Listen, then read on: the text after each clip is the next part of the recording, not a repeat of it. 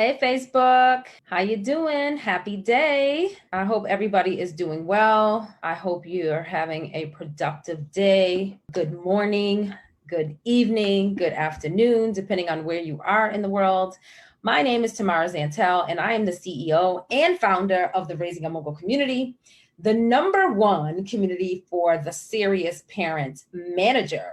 So as Facebook finds all my peeps, I'm going to go ahead and share this video out. And if you are watching me, I'm going to ask that you do the same thing. Share it out. Sharing is caring. We all know this. And I'm sure you have had a chance to catch the headline of this mini training. I'll call it a mini or micro training. So it's going to put you down on a couple things that I've had an opportunity to experience. I love to, just come on live and share it with my community. So if you don't know anything about Raising a Mogul, you should. If you are parenting a young mogul, if you are raising a young entrepreneur or change maker, rule breaker, status quo breaker, you should be connected to the Raising a Mogul community. We have a free Facebook group, support group, parent management group right here on Facebook. And it is the bee's knees, and that's the bottom line. So let me just see real quick. I'm going to open this up just to make sure that I can hear myself and you guys can all hear me, and I can see who's joining, because I want to make sure that I can see you. Give me 1 second. Hey, let me just get that and turn the volume down. There we go. Okay, good. I can see me. I can see you guys. Hey, Patrice, how you doing? All right, good. This is good stuff. So listen, I just accepted a whole bunch of people into the Raising a Mogul community here on Facebook. That's the free community. And I realized that, well, actually, when you go to join the community, I ask a series of questions of the parents that actually want to be a part of the community. And one of the questions is, what do you need help with? How can we support you? Because we're not looking for parents that just want to be a part of another group. Everybody's busy. Everybody has stuff going on. We're looking to be a support system to parents that are looking to raise young moguls. Thank you, Belinda. I appreciate that. And that question is, how do we support you? What are you here for? Basically, what can we do to serve you?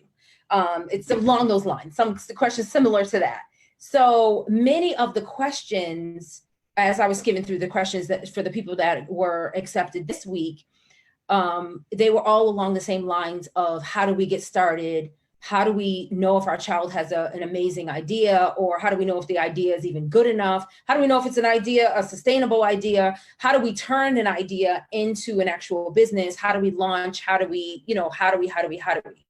So that's what I want to talk about today. I want to talk about the idea of you helping your child turn their idea into an actual sustainable business, into a business. So if you're not sure, if you don't know much about business, which a lot of parents whose children end up doing dynamic and amazing things, they don't. And that's okay, because you can still do it. It can still be done. There are parents in our community that are rocking it out every single day. Their kids are making money. They're making headlines. They're making waves in their communities and beyond. And the parents didn't really know much, how to do much of it up front. A lot of us are just learning along the way. We're just jumping in and we're doing the best we can.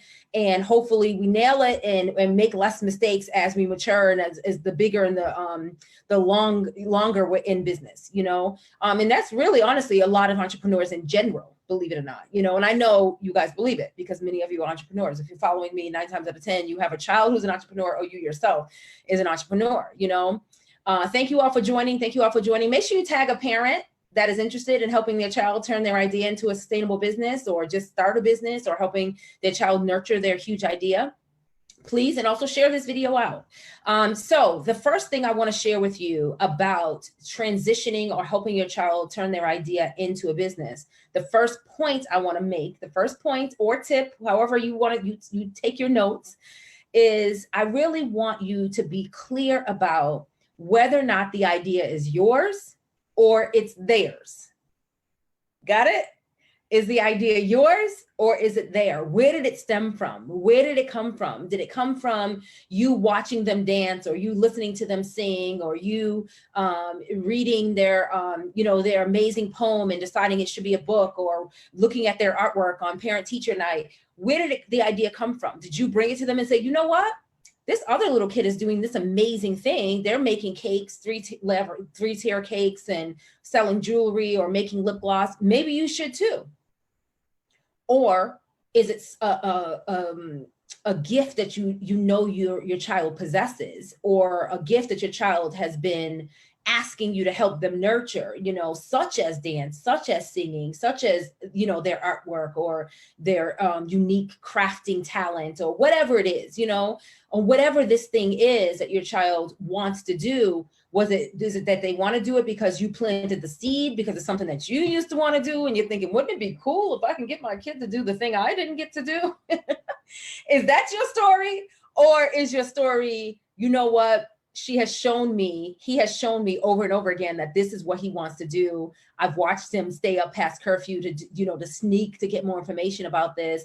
Every single time we go to this location or this place, they gravitate towards this thing, or they're always asking questions about this thing, or I see him researching these things, or she's always asking for books on, or always searching YouTube for.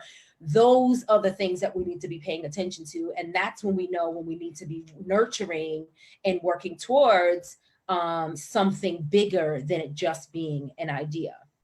So we want to make sure we're watching our children's behavior, and we want to make sure that we're honing in on whether or not the thing that they're interested in, it could actually be something more than just the way they spend their time every now and then. It can be more than a hobby. So that's the first thing, is that we want to make sure that whatever the idea is, it's an idea that reflects what your child actually wants, and not only something that you want. So, now it's a different situation. If your child wants something, you're like, no, I don't want nothing to do with it. So then that's a whole nother conversation. But we want to make sure absolutely that it's not the other way around, that you're pushing them in a direction that you think they should go in, and they completely are not interested. Because I tell you one thing, I've seen it happen. I see a lot of parents pulling the strings like puppets on their children, and they will embarrass you. They will make it very, very clear that they're not interested in whatever you putting down, picking up whatever you putting down. It'll be a shining star moment, and everybody will be waiting to hear from them, or waiting for them to show up. And guess what could happen? They will bomb it on purpose, because they don't care, because it's not their dream. It's not their idea. Okay. So that's number one. Number two is this idea sustainable? Did you do the research? So you need to have a seat, sit down with your young mogul, just, get a better understanding of what the idea is, what it is that they want to do, and figure out where it fits into the market. Is it sustainable? Have you done the research? Does the business, and when I say sustainability, when I talk about whether or not it's sustainable, the things I want you to think of, does it solve a problem in the market? So, okay, that's fine. There's 50,000 kinds of water, or 50,000 combs or pens in the world.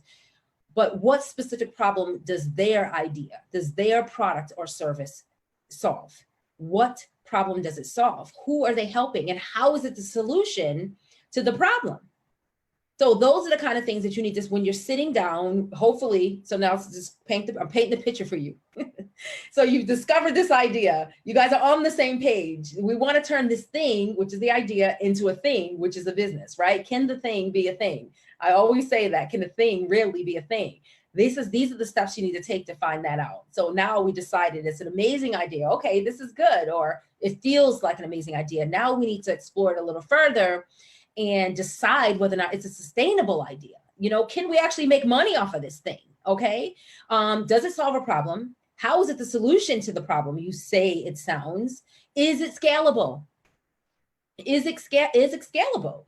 Can you, expand it within the marketplace? So if it's a pen, scalability looks like, can you make it does it come in different colors? Can we also match it with a set of markers? Can we, if the special pen, can we then accompany it with a special coloring book or maze drawing book or activity book that goes along with that complements the pen?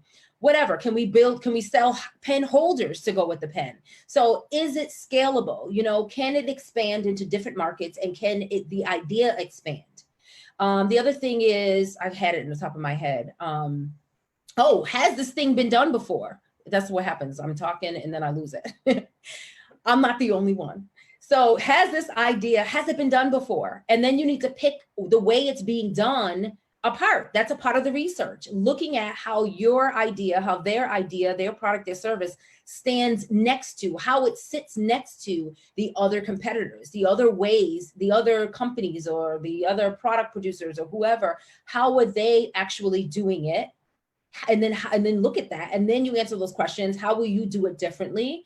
You know, how will your solution look a little bit different? How will you tweak it differently? How will you scale differently? What does that look like for you? Okay. And then the other thing in regards to sustainability and doing your research, the last thing I want to tell you is, can this business, if it does become a business, if you make it through what we're talking about today, can it last beyond a year? That's sustainability. Can it last beyond the year?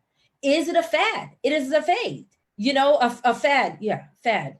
Will it fade? Fad, trend. That's the word I'm looking for, trends. You know, like fads and trends, they come, they go, you know, like a funny saying that you're like, oh, we're going to make t-shirts that say whatever the cool thing is that kids are saying, right? Okay, that's great. You can do that, but you got to launch that really fast, and you got to pick up some speed, some momentum, and make some really quick sales, because guess what? In 6 months, no one's saying that anymore. So now you could potentially have all this inventory, all this stock, and you're not moving it because nobody's interested anymore. That's a possibility. You know, it could be some new amazing idea that your child came up with, and you want to create something new and bring it new to the market. It's possible. But will it be like a gimmick type thing that you have to spend a lot of time and energy trying to sell and convince people or how it works so that it will work? You know, so those are all the things that we have to think about. We want to make sure that it's sustainable. Sustainability lasts beyond a year. It lasts beyond the fad. It lasts beyond the trend. It lasts beyond what's happening right now. And you have to be able to identify and understand where you and your child fit in the market in which you're going to niche down. Okay. So now the third thing that I want to leave you with in regards to how to help your child turn their idea into a business, which is one of the number one questions I get on a weekly basis, is I want to advise you, I cannot say it strongly enough, that you need to start out by setting up the business properly. By properly, I mean legally. So one of the number one things that you can do to guarantee that the business is not sustainable, that it won't last past a year, is to not have your paperwork in order, to not pay taxes, to not get a tax ID, to not be able to vend at an event or showcase at an event or exhibit at an event because you don't have the proper paperwork, because you're not properly registered in your city, your county, your town, whatever the ordinance calls for in your space. You need to do the research, and then that research needs to extend beyond a Google search. You need to go down to the county clerk's office and say, what do we need to do in order to be in business? What do we need to do? What paperwork do we need to start to open this bank account? Take a trip to the bank and have your child sit there with you and ask these questions. We need a checking account. We need a savings account. We need a tax account. We need a owner's equity account. We need a deposit account. We need a bill payment account, whatever that looks like for you. You know, how about this? What accounts do I need? And then what paperwork do I need to get those accounts? And where do you suggest I go? You know, ask 3 people the same question, see what you can get. And if you don't get the right answer, or it still doesn't seem right, then go, like I said, to the city clerk's office, the state registrar's office, or the county's office, or the whatever is in your area, and ask those questions. We can't expect amazing things to happen if we're not willing to get up and move. Okay. So one thing I need you to know. So I need you to know all 3 of these things. But the last thing I need you to know is that you cannot, please do not just come up with an idea, or your child come up with an idea. You guys sit down and discuss how amazing this idea is, and then tomorrow you just launch. Do not do it. I know we hear people say, just launch, just do it scared, grow wings on the way down, fake it till you make it, all that kind of stuff. Not with your kid. Not with your kid. In some situations, you can fake it till you make it. You know what I mean? Like you can just launch. But usually those things in this world that we live in regards to parent management, those things happen after you've already started and you're taking a risk on the market and trying something new. Or you're like, we have a sustainable business, we're making money. Now we're going to see about my child becoming a speaker or becoming a model or becoming an influencer. That we can potentially fake it until we make it. But when you're just diving into this world and you want to be taken seriously and you want to show up great every single time you're seen, please make sure you do it right. Please make sure you do your research. Please make sure you have your paperwork in order. Please make sure it is their idea and not yours. So I hope you guys found value in this. Today, we talked about how to help your child turn their idea into a business. I thank you all for joining me. And I have a special invitation to all of you. I want you all to join me in Atlanta, Georgia, June 27th through 30th for the Raising a Mogul Family Business Summit. It is going to be spectacular. If you're not a part of the Raising a Mogul community, I invite you to become a part of the community. We're a free Facebook group, support group for parent managers. If you are raising a dynamic child, a leader, a mover, a shaker, a status quo breaker, you should be a part of our community. And you also should make plans to meet us all in Atlanta in June. You can find all the information at raisingamogulsummit.com, and you can connect with me inside the community. I'll talk to you all soon. Have an amazing rest of your day. Talk to you all.